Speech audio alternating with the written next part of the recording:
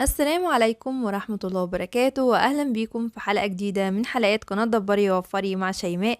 ازيكم يا حبايبي؟ عاملين ايه؟ وحشتوني جدا جدا. جايلكم النهاردة بوصفة جديدة من وصفات رمضان الجميلة جدا جدا. قد ايه حلوة وهتعجبكم، وهي جميلة جدا ويمكن جديدة شوية، لكن بجد طعمها فوق الرائع. حاجة كده ما بين البسبوسة وما بين الكنافة، يعني بجد ميكس رهيب جدا جدا، هيعجبكم ان شاء الله لما تجربوه. شايفين بقى الجمال؟ حاجة كده مسقية وتحفة. يلا بينا ندخل على الفيديو عشان نعرف الطريقة والمقادير. بس قبل ما ندخل على الفيديو حابة اطلب منكم تعملوا لايك وشير واشتراك للقناة.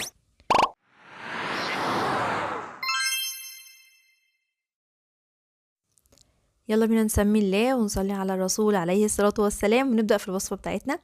معايا هنا كوباية ونص من السكر، هحط عليهم كوباية ونص من المية، وده طبعا الشربات اللي انا هسقي بيه الحلوى بتاعتي.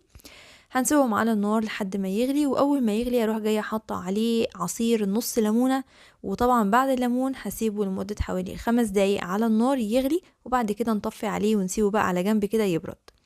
بعد كده هنجيب بقى بوله ونحط فيها بيضه واحده بس تكون بدرجه حراره المطبخ. حط كمان معلقتين كبار من السكر، وهحط نقطتين من الفانيليا طبعا عشان خاطر البيض. وهنبدأ نخلط بمضرب يدوي عادي جدا البيضة مع معلقتين السكر مع الفانيليا، نضربهم كويس جدا لحد ما لون البيض معايا يبقى لونه فاتح شوية. بعد كده هبدأ أنزل بنص كوباية من الزيت وعلبة من الزبادي، وهنا الزبادي اختياري لكن فعلا بيفرق طعمه حلو قوي في الوصفة دي. لو انت حابة تبدليه بنص كوباية من الحليب مفيش مشكلة. بعد كده هنبدأ نحط رشة من الملح ونخلط بقى كويس جدا جدا المكونات دي كلها مع بعضها. شايفين بقى الزبادي عطاها قوام حلو جدا جدا. بعد كده هبدأ انزل بكوباية من دقيق السميد، طبعا السميد هنا اللي هو الوسط، اللي هو ناعم قوي ولا هو خشن بزيادة. هنبدأ ناخد الكوباية دي ونقلبها مع الخليط الأولاني لحد ما تمتزج معاها كويس جدا. بعد كده هنحط بقى الدقيق. الدقيق هنا كان مقداره حوالي كوباية ونص من الدقيق، وكمان حطيت معلقة صغيرة من البيكنج باودر. وابدأي بقى اخلطي كده كويس جدا. طبعا انا عايزة دي تبقى عجينة ما تبقاش حاجة سايلة، فهنبدأ بقى دلوقتي كده نعجن كويس جدا العجينة بتاعتنا. طبعا الاول ساعدت بالمعلقة شوية، وبعد كده هبدأ بقى اتدخل بايدي وابدأ اعجنها كويس قوي. لو لقيتيها لسه بتلزق معاكي حط لها كمان رشة من الدقيق. زي ما انتوا شايفين كده. انا وانا بعجنها بحس الملمس بتاعها محتاج دقيق ولا مش محتاج، لكن بصراحة هي ما كانتش محتاجة معايا خالص دقيق، والكوباية ونص من الدقيق كانت كافية معايا جدا. ده كده شكل العجينة، شايفينها لا بتلزق لا في ايدي ولا في البولة، وكده بقت تمام جدا جدا. نيجي بعد كده بقى للشغل بتاعنا. انا معايا العجينة اهي، ومعايا بولة فيها حوالي معلقتين كده من دقيق السميد، ومعايا مكسرات، اي نوع مكسرات عندك، سوداني ان شاء الله حتى زبيب، اي حاجة من الحاجات اللي احنا بنحطها بتاعة رمضان. انا حطيت هنا لوز.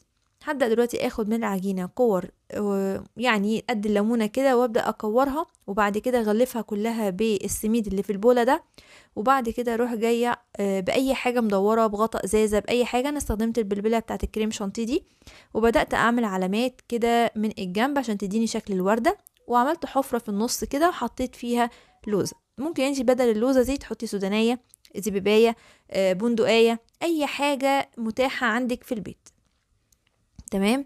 هنبدأ نعمل واحدة كمان بنفس الطريقة، برضو هاخد واحدة واكورها على شكل كورة، ومنها على طول على البولة اللي فيها السميد. قد ايه الحركة دي بتعمل يعني قرمشة حلوة قوي، او طبقة مقرمشة من بره للحلوة دي.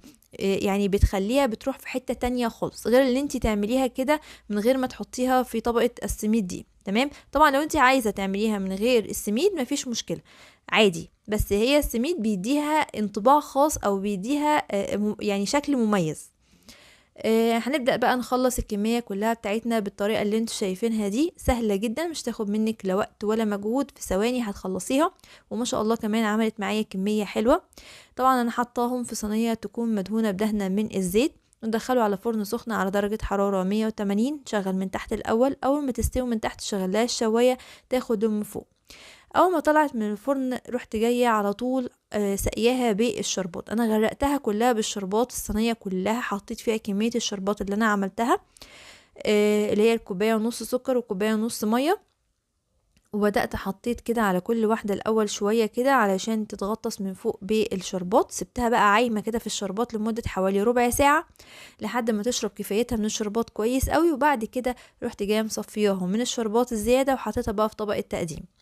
وده كده شكلها بعد ما خلاص صفيناها بقى من الشربات. قد ايه جميلة جدا. هنفتح مع بعض واحدة عشان نشوفها من جوه قد ايه حلوة حلوة حلوة بجد. فعلا تستاهل ان انتوا تجربوها لانها طعمها مميز وجميل جدا جدا. حاجة كده زي البسبوسة بس يعني ايه يعني حاجة برضو فيها ايه يعني سنة برضو من الكنافة، ما تعرفوش هي طعمها ميكس ما بين الاتنين.